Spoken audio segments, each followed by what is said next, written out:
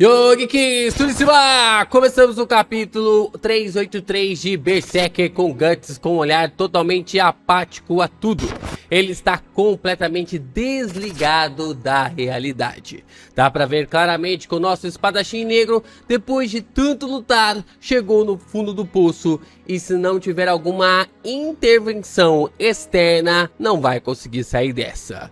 Então, vendo o Guts encarar sua escuridão, vamos falar mais sobre este capítulo depois da vinheta.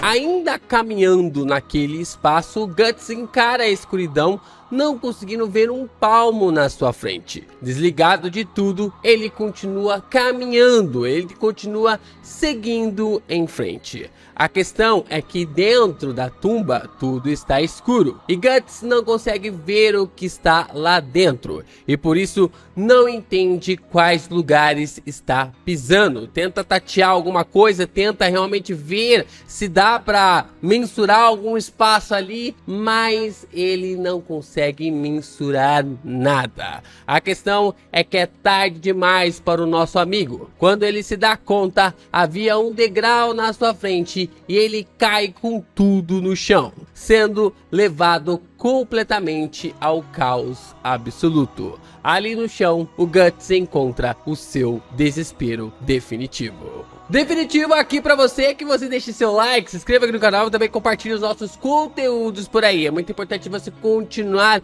enganjando ainda mais os nossos vídeos de Berserk. A gente vai voltar a trazer mais conteúdos de Berserk aqui durante a semana. Estou fazendo a minha releitura aqui sobre Berserk, então continue nos fortalecendo através desses capítulos esporádicos, né? Esse respiro, essa chuva de Berserk que a gente tem de vez em quando ao longo do ano. E é claro que você também pode se tornar membro aqui do canal, mandar o seu valeu e mandar o seu hypar para continuar fortalecendo ainda mais os nossos conteúdos por aqui. Porém, assim que Guts coloca seus pés no lugar que ele caiu, ele sente que a estrutura que se abre pelo chão parece com ramificações de uma árvore. Ou melhor dizendo, parece que ele está dentro de uma ramificação de um fruto. Mas o nosso espadachim não consegue ver a totalidade do lugar em que está em repleto breu. Dá para perceber aqui, é quase como se fosse um pêssego cortado no meio, né? Uma fruta ali cortada no meio, e ali seria como se fosse as conexões, né? Ali que as frutas possuem ali para ter essa alimentação. Também há uma interpretação válida sobre esse lugar onde o Guts foi parar. Ele respira fundo, dá pra ver claramente que ele está tendo uma crise de ansiedade ferrenha com tudo o que aconteceu relacionado ao sequestro da casca e todo o seu esforço para recuperar suas memórias sendo tiradas ali da sua mão como se fossem nada, como se fosse absolutamente nada. Guts perdeu a casca e não pôde rebater.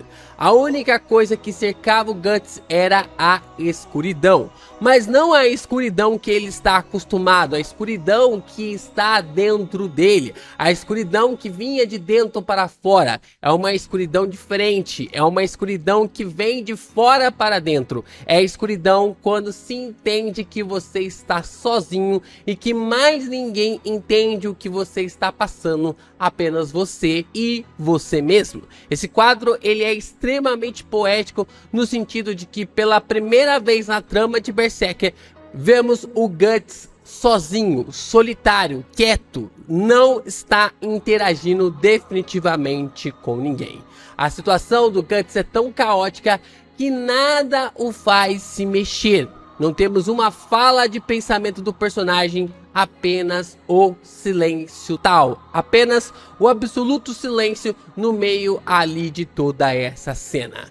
Então, naquele lugar, cercado apenas pela escuridão e pelo silêncio, até mesmo dos seus pensamentos, Guts decide tomar uma decisão. Talvez por impulso, talvez porque o ambiente lhe convidava a fazer isso, não saberemos. Mas ele tomou essa decisão. Ele se deita no chão como se deixasse um claro apontamento de que estava cansado. Cansado de continuar naquela jornada sem fim. Cansado de correr atrás do próprio rabo e nunca conseguir alcançar. Sendo feito por capacho por uma mão de um deus completamente caótico e insano. Ele se deita no centro daquilo que se parece o fruto, e as ramificações se estendem dele como se fosse o núcleo de tudo aquilo, de suas próprias mazelas. É como se uma representação através desse quadro de que tudo ali que vem do Guts vem dessas raízes e que todo o mal vem dele, seja produzido ali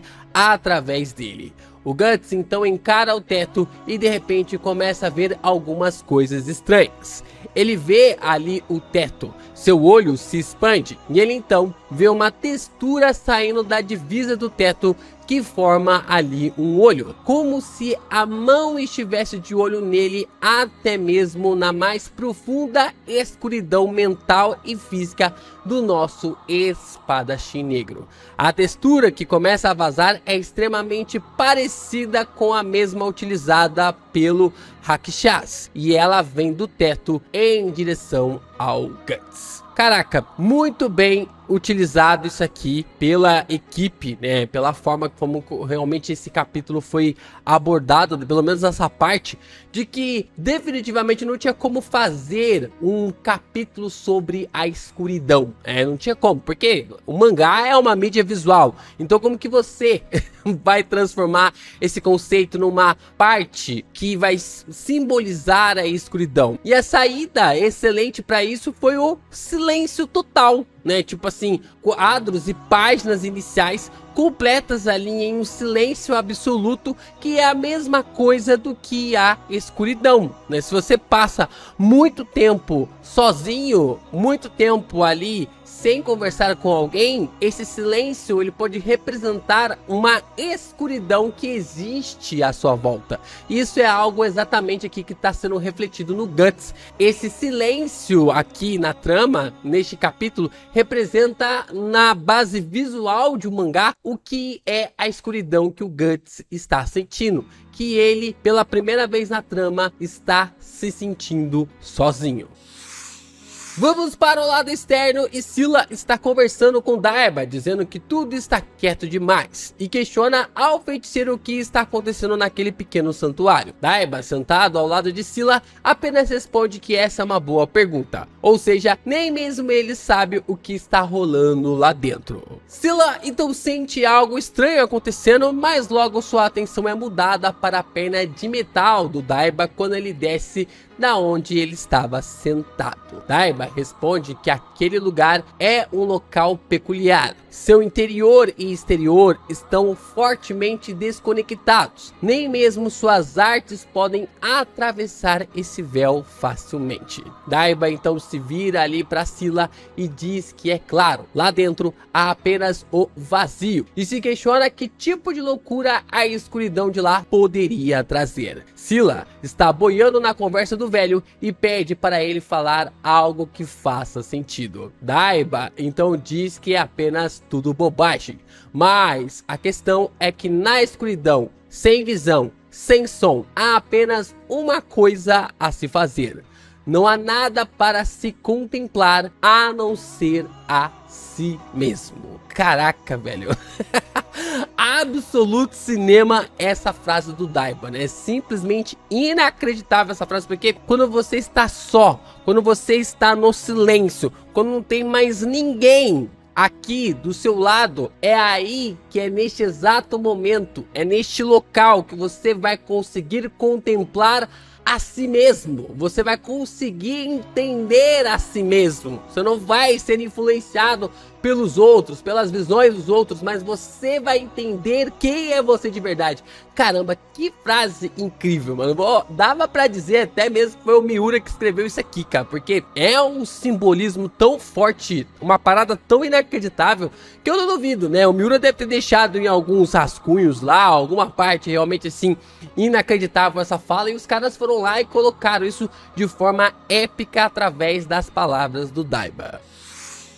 Voltamos para dentro da tumba e Guts ainda está deitado no centro dela. aquela textura que parecia o Rakshas ainda não alcançou. Como Daiba acabou falando que nem mesmo ele pode acessar o que está rolando na parte de dentro, eu presumo que seja uma textura apenas parecida ali com o Rakshas e que seja coisa ali da cabeça do Guts, fazendo referência a quando o apóstolo foi tentar matar ele quando estava preso alguns capítulos atrás. Então é claro, né, tipo assim, eu não sei o tipo de equiparância aqui envolvendo aos poderes dos personagens, mas eu sei que o Daiba é um cara extremamente poderoso no mundo astral, né, no mundo astral ali, eu já ia falar mundo virtual, no mundo astral. Se ele é um cara extremamente poderoso no mundo astral e nem mesmo ele teria facilidades para desconectar, né, para saber realmente o que tá rolando com o Guts lá dentro, eu acho que o Rakshas também não teria essa capacidade de fazer algo assim. Então eu consigo interpretar toda essa cena que o Guts está vendo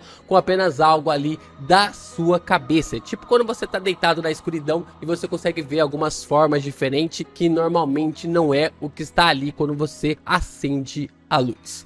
O Guts então está meio dormindo, meio acordado e a textura continua descendo até ele. O nosso espadachim estende a mão e assim a textura entende que deve o alcançar. E dessa forma despenca do teto na direção dele. Ela toma completamente o ambiente onde o Guts estava deitado e um brilho forte começa a surgir pelas partes ali de todos os lugares. Quando está tomado por toda a escuridão, Guts vê duas figuras aparecendo onde só existe um pequeno raio de luz vindo dali, como se ainda o impedisse de cair em completo esquecimento.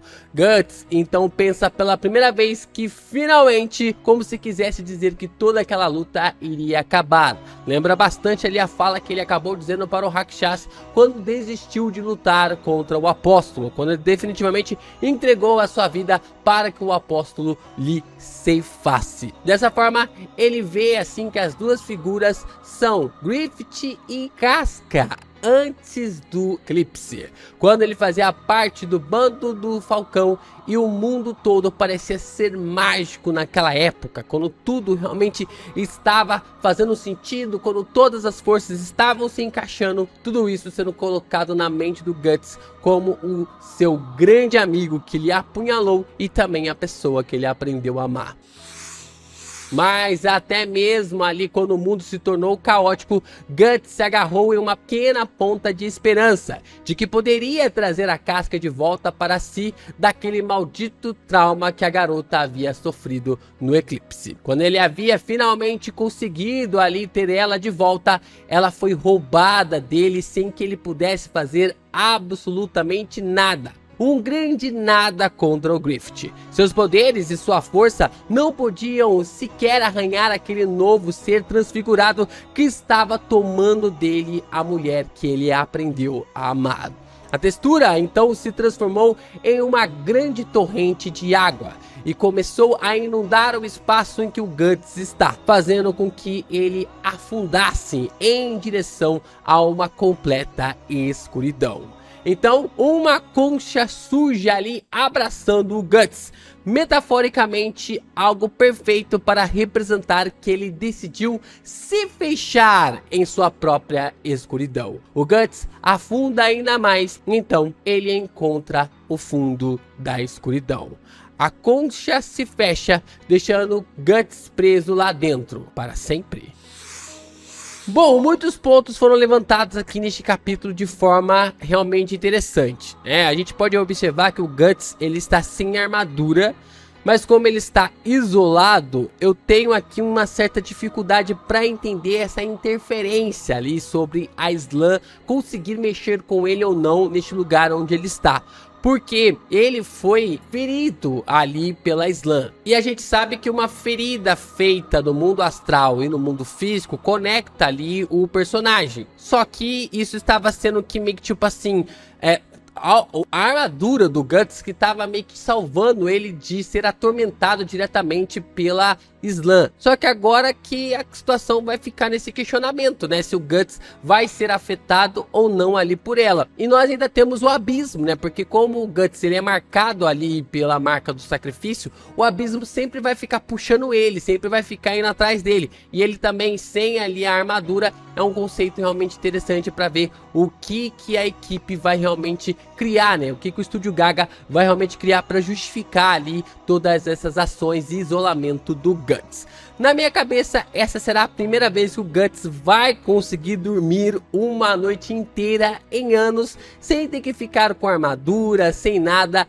Ele estará apenas descansando e colocando a cabeça no lugar, né? Entendendo todo o conceito, tentando criar ali uma base bem mirabolante ali sobre o que pode rolar. Porém, por mais difícil que seja, eu acharia do zaralho ver um encontro do Guts com a alma do Judô. Agora, o Judô, aqui a maneira como nós tínhamos aquele grande companheiro do Guts no antigo bando do Falcão. Relendo ali os primeiros capítulos, o Judô foi uma puta luz pro Guts, mas com a alma dele sendo sugada ali pelo abismo, a chance disso ocorrer é quase zero, né? Porque aqueles que são marcados, né, pela marca do sacrifício, são levados diretamente para o inferno. Então, pro Guts ter conexão ali com ele, com o Judô, eu acho que é algo completamente assim, quase impossível, mas a possibilidade está aí. A possibilidade está aí. Se o Guts aparecesse ali para conversar, né, se o Judô aparecesse ali para conversar com o Guts, eu acho que seria um acréscimo do zaralho